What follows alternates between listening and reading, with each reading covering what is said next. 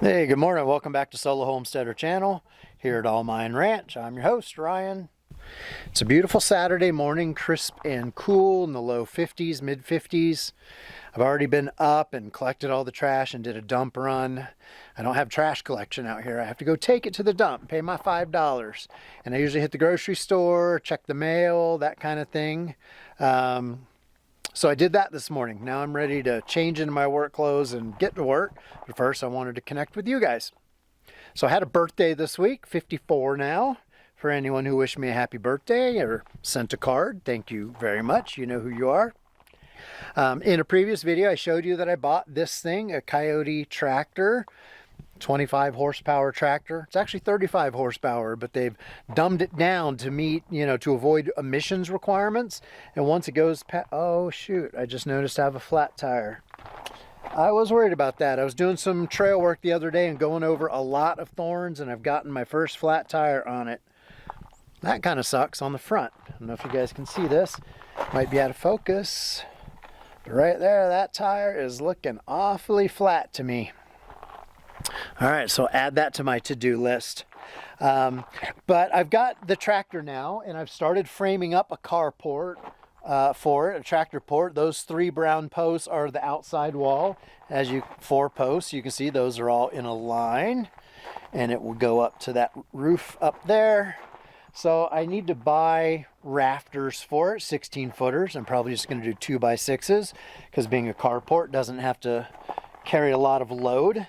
So it's fun. That's the kind of work I really like doing, is framing and building stuff where you get quick results. But what I really need to work on is the floor out in the main house, and that is what I'm going to work on to start with. But if my back gets too sore, I just get too frustrated. I started yesterday after work, Friday afternoon. I finished my day job and I went out to the main house and I started working for about 10 minutes. I got a massive splinter in my forearm just from brushing my forearm against a floor joist, a wooden 2x8, 2x10, and it chipped off a piece that stabbed me, punctured me. It hurt. And I just got annoyed and frustrated, and it was already hot, and it had already been a long day. So when that kind of happens, I choose not to work, right? I try to go with the flow. I mention that in almost every video. I think it's important to work on what feels exciting and fun to work on. And if it turns into drudgery, or I just hate it, or I'm getting angry and frustrated, which happens often, more often than I care to admit, then I switch gears. I either take a break or I work on something else that's more enjoyable, because I feel like you're being counterproductive at that point, and sometimes even inviting injury if you are really tired and you work beyond that point. So I'm going to start with the main floor, but I wanted to share a couple other projects with you. I got this thing. If you're not into tractors, that may not look familiar, but this is called a quick hitch. It has these hooks right here and one up here, so 3 hooks, and that is to hook up 3-point implements, and it's got these little levers that sort of lock it in. It accomplishes a couple of things. One is it allows you to quickly hook up attachments. Now, I only have one attachment for the back of my tractor, and it's a box blade, basically a big, heavy 500-pounder blade for grading my trails, for doing trail work and just scraping the land. And I don't intend to... That will be on there 99.9% of the time. But by putting this on there and then connecting the box blade to it, it adds about another 100 pounds of ballast, which is important on a small tractor. They actually can be very tippy when you're using the front loader. And because of its thickness, it will push the whole box blade back about 5 inches, which has a multiplying effect on the weight that's on the back. So again, increasing ballast. So I would like to put that on. That's one of my projects. Basically, I bought a bunch of tractor stuff, and I haven't had time to put it on yet. I also bought, let me break it out here. I haven't actually even laid eyes on this thing yet. Hang on, let me put you down and we'll regroup. All right, we regrouped. I also bought this thing, which is a hydraulic top link. It's essentially has a couple of hydraulic hoses. It hooks up to the remote ports on the back. Remote ports just means hydraulic ports on the back of the tractor, and it allows you to extend. Basically, this is like a piston that extends in and out, and because it gets hooked to the top, well, it would be the equivalent of this spot on this quick connect thing. It would be connecting to the top portion, or better put, it would tie in to the top part of that, which then ties into the top link on all of my implements, and it allows you to push it in and out, which actually creates tilt, forward to back tilt. And then I'm soon enough going to order another one called a tilt link or something like that, which is for one of the sides of the, other 2 points that hook up to implements, and allows you to tilt it sort of that way, side to side tilt. So if you're like trying to put a crown in a driveway and you don't want your box blade or your implement to be completely level and flat, you want to be able to tilt it. And most tractors, you do that manually by turning things with your hand and tightening a lock nut and all of that, but that's very time consuming. When you get hydraulic links to do those things, you don't even have to get out of your tractor seat. You just have a little lever to control the up down, the front to back tilt, which is what this thing does, and then soon enough I'll be able to control side to side tilt. But I'm not ready to install that yet. That's a little bit of work, and I might have to grind down some of the bushings on this to make it fit on the tractor. So that's just some of the projects that are on my mind. I'm going to go inside my main house here, start doing the flooring, which means cutting insulation on the table saw over there and fitting it in. I got to do a bunch of insulation so that I can eventually get the subfloor back down. And then I can start framing in my bathroom. I've been threatening to frame in a bathroom for weeks now, months. Keep thinking I'm really close, but that floor is the thing that's holding me up. So let's go inside and I'll just show you what I got in store for me today. Okay guys, well, you've seen this before, but I'll show you. My insulation is now, where this gray insulation goes all the way up to this bay, but as you can see, I have a whole lot more bays that I need to fill in with insulation, 2 layers of it. I use the aluminum foil face as the bottom layer, then the gray stuff, which is thicker, is the top layer. I've got 1 bay here with cinder blocks where I can't do the gray stuff. I can only do the foil face because I only have about 1.5 inches, maybe 2 inches of thickness to work with. But then in all the rest of the bays, I can do insulation. So I really want to get that done, but to do the insulation, I have to wear an N95 face mask, which, as you all know from COVID, wearing those things is not fun. And it's hot and it steams up my glasses and I can't breathe as well. And I can only do it for so long before I'm just like, get this shit off, between the mask and my glasses and often a hat because I'm going in and outside. I just feel like claustrophobic from all this crap on my face. And I reach a point where I'm just like, get this off of me. And that's about the point where my frustration levels, I'm ready to switch tasks, as I talked about before. So that is the task today, because I really want to get the subflooring back down. I need to screw down that whole side of the house to the metal joist. This side is already done. And once I do that, I can start putting down the underlayment stuff. I'll show you here. This stuff, the super ply, I can start putting that down and doing a final subfloor layer to make it completely smooth, and so I'm never looking at these steel beams under here, which have been dogging me out since I bought this property. These steel beams that run all the way up and down, as you can see there, those were always protruding, and the whole point of doing all this floor work was to bring the floor up so it's flush and level with these steel rails. And once I put that underlayment stuff down over top, you'll never have to see that. I will never have to see that again. So I'm really looking forward to that. And then I can frame in my bathroom, which is going to be in this whole area where you can see I've got a shower pan and a toilet flange and all that fun stuff. All right, let's get to work. Oh, before I get to work, one other thing I want to share with you guys. In addition to it being my birthday week and turning, come on, light to dark, light to dark.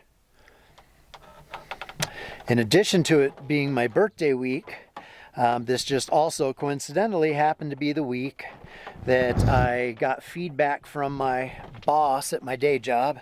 Let's sit down and chill here for a minute. About last year's performance.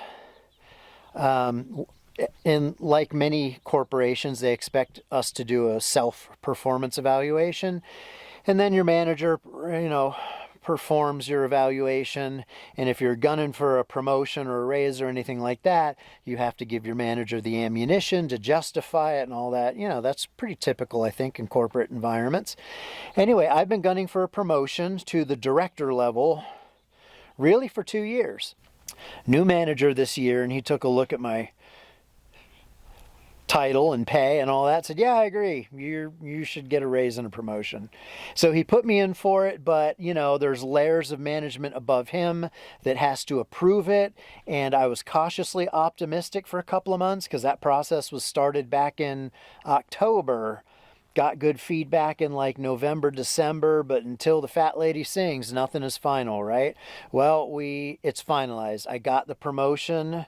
I went from a senior associate to director. It's not even official yet. It's not even reflected in the back-end HR systems. But I was told that I got a modest, very modest raise. And my bonus, which they also announced, like they hold back a lot of corporations and banks do this. They hold back a portion of your annual salary and call it bonus. And if the organization does well and is profitable, you'll probably get your full bonus, your target amount. If it's an unprofitable year or money's tight, you might only get 80 or 90% of it. And in a good year, you might get 110% of it. And that's what this was. So I got 10% over my target bonus amount. I've getting a small raise that will kick in enough to cover the tractor payment, which is nice. That'll kick in here in about 3 weeks, and my promotion to director level will also take effect in about 3 weeks. So that was great news. Now I don't have to be bitter and resentful for a whole nother year about my lack of promotion. So that was nice, and I heard about that on my birthday. So coincidentally enough, so it was a good birthday day this week. Although it means I'm now 54, and damn, that's old. Are we rolling? All right, well, I've been at this floor for about an hour and a half. It's really slow going. I got 3 more bays done. This is the one where the cinder block retaining wall is right under there, so I couldn't use the gray. I could only use the foil face with the foil facing down. And then the 2 more bays to this side of it. So I could fit in, I think, a whole nother sheet of plywood in here, but since I got the table saw set up, since I'm got the mask, handy, and I'm cutting foam, I think I'm just going to continue to try to fit in foam in these next bays over here. I could do this all day and probably just get to the glass doors and get the foam part done. It's just, like I said, it's slow going, and not all of these joists most of these joists have not been straight, so my measurement, my width changes as I go down the line. Although I think most of the rest of these are pretty darn parallel, so I should just be able to pull one measurement for the most part, and that would speed things up. And this one just took a long time because I had to fit in around cinder block, and I'm using scrap on that one, but all the rest, I don't know, should go faster. It's getting warm in here from the sun beating on that east wall over there. But it is what it is, so I'm just going to keep going. I'll show you my progress. So yesterday I got 8 bays of this flooring done, like 1, 2, 3, 4, 6, 7, 8. I got 6 more to go. I took some spray foam in here, tried to seal up as many gaps as I could. I bought a new tool, I don't know, a couple of weeks ago. And yesterday was my first chance to use it. It's an insulation knife for polyiso foam, because cutting it's always been a bit of a pain in the ass, and it works pretty good, except the tip part where I have to cut through the paper facing layer is not quite sharp enough. But anyway, it's only about 8:30 a.m. and my goal, it's going to get hot. It's going to be in the 80s today, and the sun beating against that metal east wall gets really hot. Like, it was about 100 degrees in here yesterday, which feels good in general. But I want to try to knock out these last 6 bays before it just gets too crazy hot. I destroyed my back. I got to the point at about 4 p.m. where my back was starting to spasm on every little thing I bent over to touch or pick up or move. And that sucks. So that's my signal to stop. When my back really starts flaring, it's like, okay, done for the day. So it's back to normal, but hopefully I can do these 6 bays and then use the spray foam where needed. And then I can come back in and start putting the OSB down. I hope to make significant progress on this today. But if I don't finish it, which I probably won't, that's okay. Next weekend for me is a 4-day weekend. I think MLK Day is on a Monday, I think it's MLK Day. Yeah, and then I think I'm taking the Friday before off to make it a 4-day weekend. So in that 4-day weekend, I can definitely get this whole damn floor done. At least that's the goal. That's what I keep telling myself. Anyway, let's see how today's laboring goes. It's a Thursday morning, and I'm here trying to continue on my floor. The funny thing about this floor, let me just share the challenges I'm trying to overcome today. Generally, the goal is to get it done. I'm trying to get the OSB down in this whole area. So that's totally doable in one day, but what slows it down is the width from this steel rail that I'm standing on over to that steel rail. If it were a multiple of 48 inches wide, which is what the sheets of OSB are, it would go real fast and easy. But it's 3 sheets wide plus 3 inches, which means somewhere I have to figure out a way to either add 3 inches, and you know, I could rip a sheet into 3 inches wide, which is how it used to be before I redid the floor. But then you end up with this little narrow strip out here, and that isn't super stable. So in a perfect world, I would do something more like this, where I add in about a 1 foot wide strip, and then on the final sheet, I could just, take off like, 8 or 9 inches or whatever's needed and drop it in, and I'm good. But that means then I have these sort of random 1 foot wide strips here and there. And of course, I'm trying to do the usual thing with most floors where you stagger the joints. So I don't necessarily want all the joints to line up across a joist or end to end, that kind of a thing. So I'm just trying to, and the final consideration is I have a bunch of the old flooring here, which in some cases is a little bit swollen or a little bit damaged, but where it's usable, I would like to reuse that. I have bought about 10 new sheets, and I am using those, but when I need a strip that's say 12 inches wide and only 4 feet long, I'm trying to use the most appropriate piece to not be wasteful and to save money. So a lot of different factors going into this whole calculus of doing this subfloor. And it's really hard on the back and knees, but that's my task. So I've already fitted one little piece to get started. It's only like 8 a.m. That's why I'm still wearing this. It's cold. I'm not warmed up yet. I fit in one piece, but now it's time to just sort of pick up some steam and get her done. So let's dive into that, see how that goes.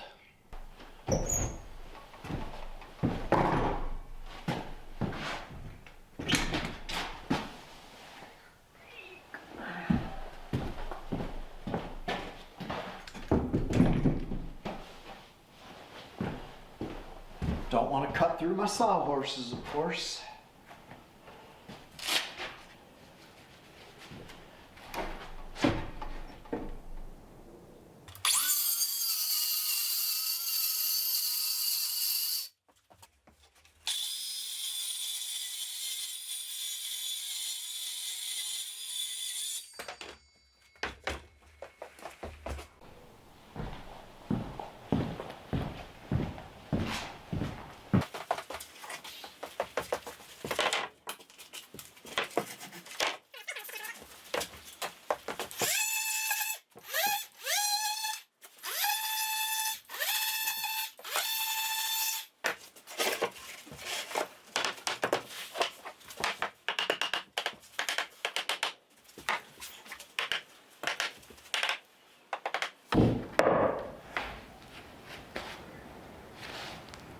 That looks pretty good.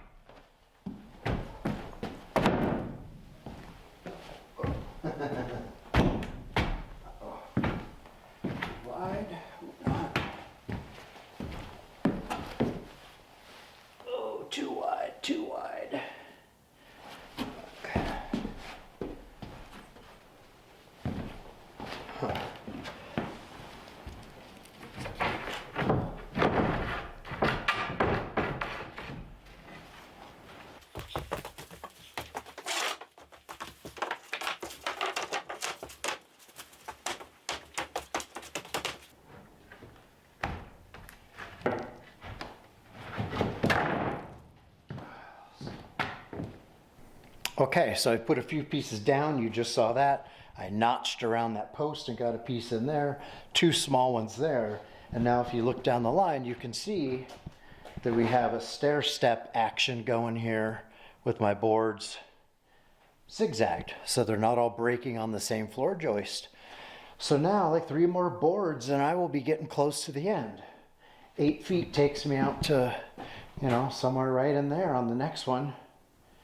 And that should go pretty fast. So I'm going to knock out 3 more.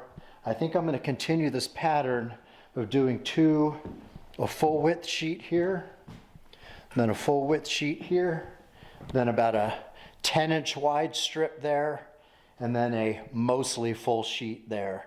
I don't want to do like 3 full sheets and have to do that 3-inch wide strip out here that I talked about before. I'd rather go a little wider, put it in the middle of the field, and then shave off some of the final one. So I'm just going to keep going, and we'll talk again when I get to that point, when I got 3 more full-size boards down pretty much.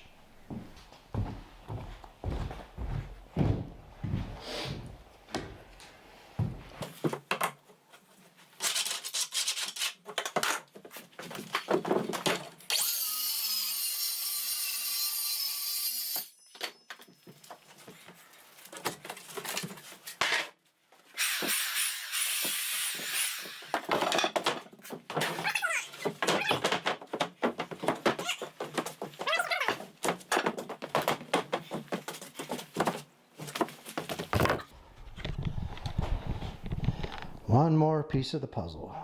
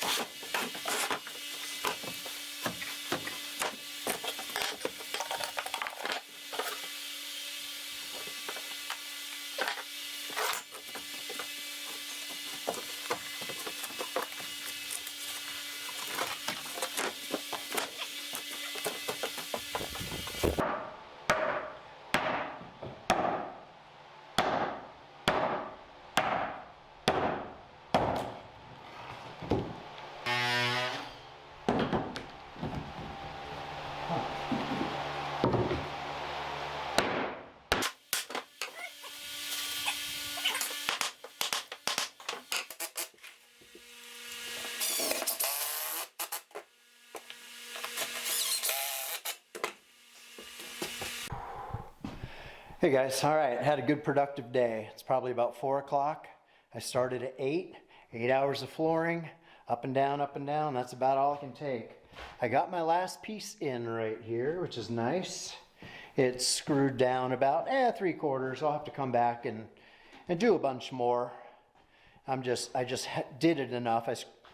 I just did it enough, screwed it down enough so it wouldn't move as I was doing the next section. But it's not, you know, all the screws.